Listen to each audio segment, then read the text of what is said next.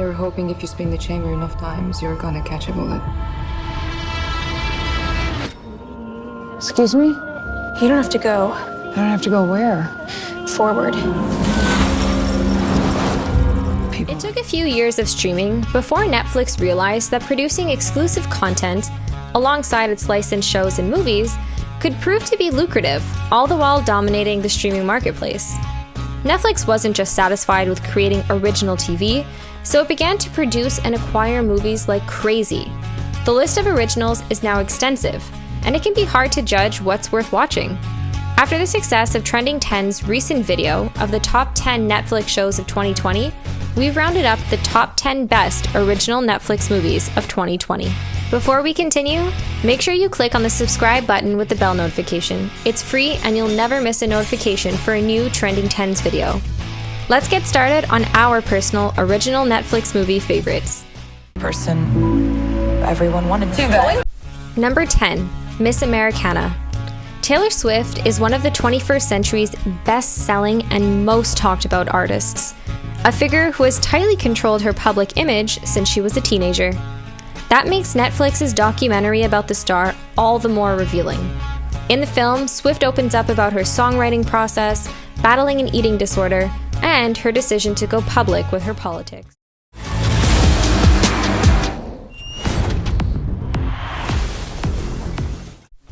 Number 9, Lost Bullet.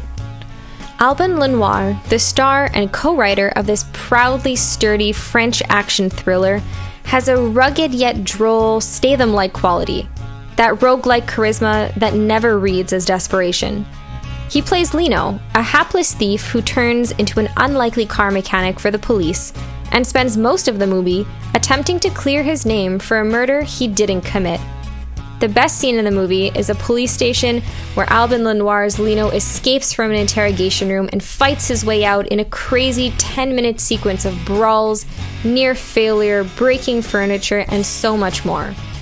Lenoir keeps you engaged as the plot plays itself out. Each head-denting, eyebrow-singing stunt gives him another opportunity to keep his cool. Je vais arrêter ces putains de dealers.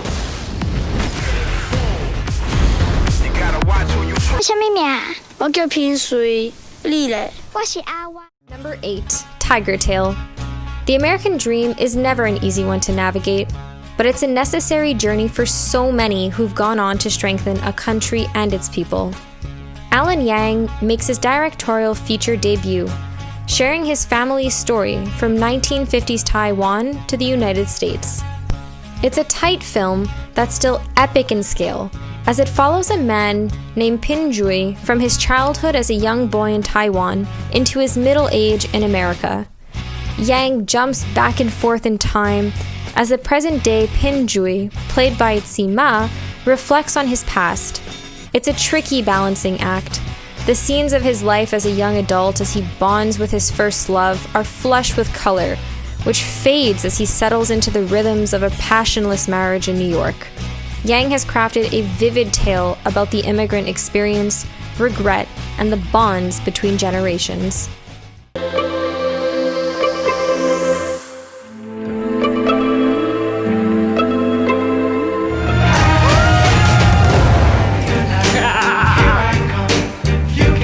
Number 7, The Boys in the Band.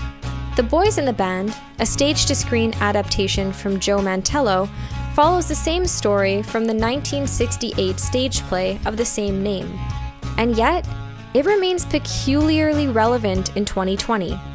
Starring an all-star cast of actors, 9 men at the core of the Boys in the Band gather to celebrate a friend's birthday, only for the night to take a turn for the serious. What ensues is an exploration into each other's lives, examining the beautiful, painful complexity of being a gay man in 1968 New York. Bonus fun fact, every actor in the film is reprising their roles from the 2018 Broadway revival, so this crew is seasoned when it comes to bringing the dramatic story to life.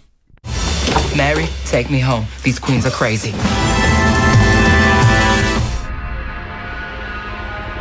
I lead a group of soldiers. It's nearly impossible to disappear in the world we live in today. Number 6, The Old Guard.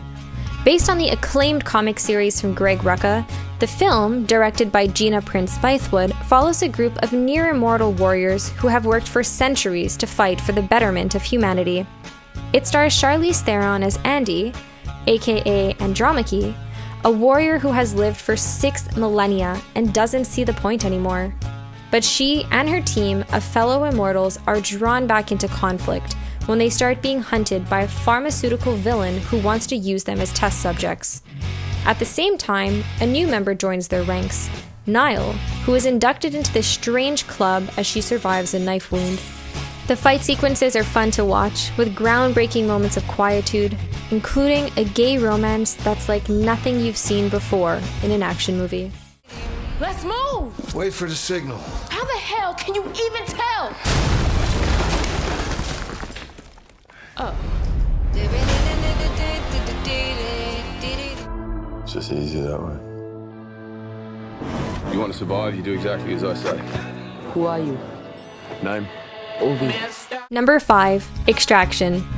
If you're in the market for a thrill, Sam Hargrave's new action-packed film Extraction will keep your heart pumping for 2 hours straight. Chris Hemsworth plays Tyler Rake, a mercenary tasked with the rescue of a high-powered drug lord's son from a rival drug lord's kidnapping. Rake can take a beating and keep fighting. At one point in the film's big show-stopping chase sequence, he gets slammed by a speeding car. His solution? Locate a bigger vehicle, a large truck, and hit the bad guy back. That's the type of strategic thinking that should give you a sense of Rake's tactical prowess in the movie's blunt force approach to action filmmaking. He and the drug lord's boy form a bond on their wild journey across Bangladesh that leads Rake to sacrificing his life for the boy, despite the fact he will no longer receive payment for the mission. However, they've already announced a sequel, so who knows what will happen. A bonus tip? As of October 1st, 99 million viewers have watched this film.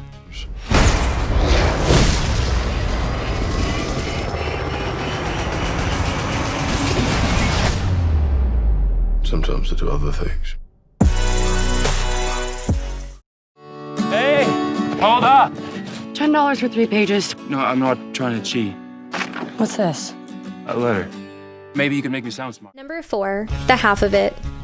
This is not a love story. The heroine of The Half of It says at the outset of the movie. It's one of those things teens would say, especially since the movie is streaming on Netflix, which has become known in recent years as a teen rom-com factory. But Alice Wu's The Half of It is truly not a love story. It's an endlessly smart, witty, and heartfelt film, but it shifts before your eyes into its own beautifully rendered tale. Young love, self-identity, and the absolute value of friendships, whether it be with friends, family, or lovers, are championed here in a story about a teenager acknowledging and appreciating her own sexuality. By the end of the film, no one has gotten the girl, and there's no coupling up. Each of the 3 main characters goes their separate ways.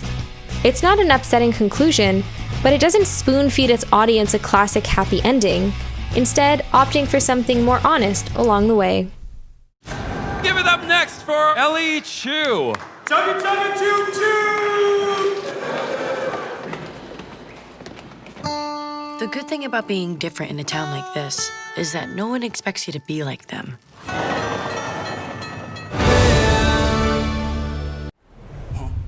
Ever since we were children, we've had one dream. Winning. Number 3, Eurovision Song Contest, The Story of Fire Saga.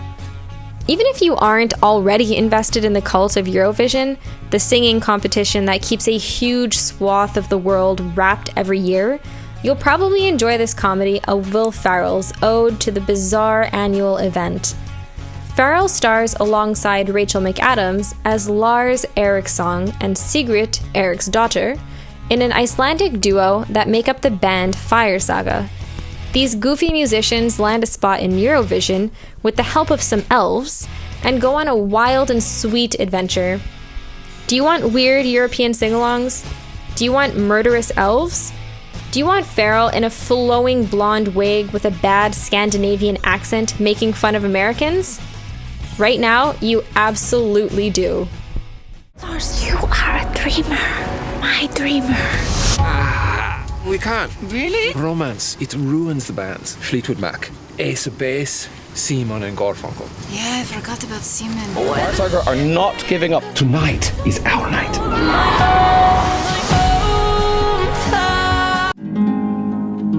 Jake, my boyfriend. It's snowing. Winter is coming in. We have a real connection. Number 2, I'm Thinking of Ending Things. Charlie Kaufman's book-to-screen adaptation of I'm Thinking of Ending Things is a somehow smart, tightly written fantasia of horror while also being an epiphany. When an unnamed woman, maybe Lucy, maybe not, heads home with her boyfriend Jake to meet his family, the two find themselves in a reality that isn't quite concrete. Time shifts, personas change. Kaufman remains plagued by life's biggest questions and tickled by occasional bursts of the surreal. Like the previous films he's directed, this new one is a less outwardly comic affair. Riddled with references and quotations, including bits of Pauline Kael and Williams Wordsworth, the movie embraces neurosis as a subject and a style. As the characters think and talk themselves in circles, the ideas pile up like mounds of fresh powder. The result? Well, let's just say that it might say as much about you as it does the film. Just watch and see for yourself. A rare and intense attachment. I've never experienced anything like it. I'm thinking of ending things. Huh? What? Did you say something? I don't think so. Weird. We're stationary, and time passes through us. Welcome back to Vietnam. Number 1, Da 5 Bloods. Exploding with historical references, directorial flourishes, and flashes of combat action, Spike Lee's winningly spry war epic Da 5 Bloods is a movie that embraces the inherent messiness of its subject matter.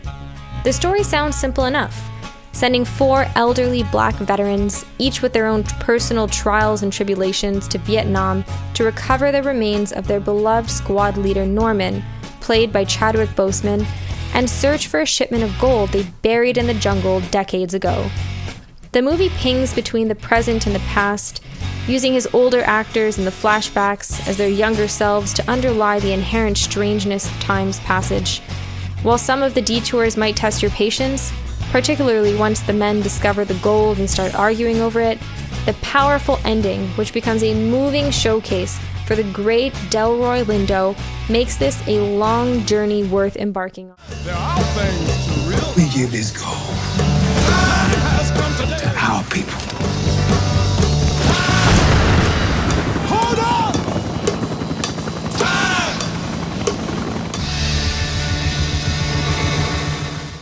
Thanks for watching. If this video helped you find a new movie to watch, then give it a big thumbs up. Let us know in the comments what your favorite original Netflix movie is, and if you haven't already done so, subscribe and click the bell to stay up to date with our latest top 10s.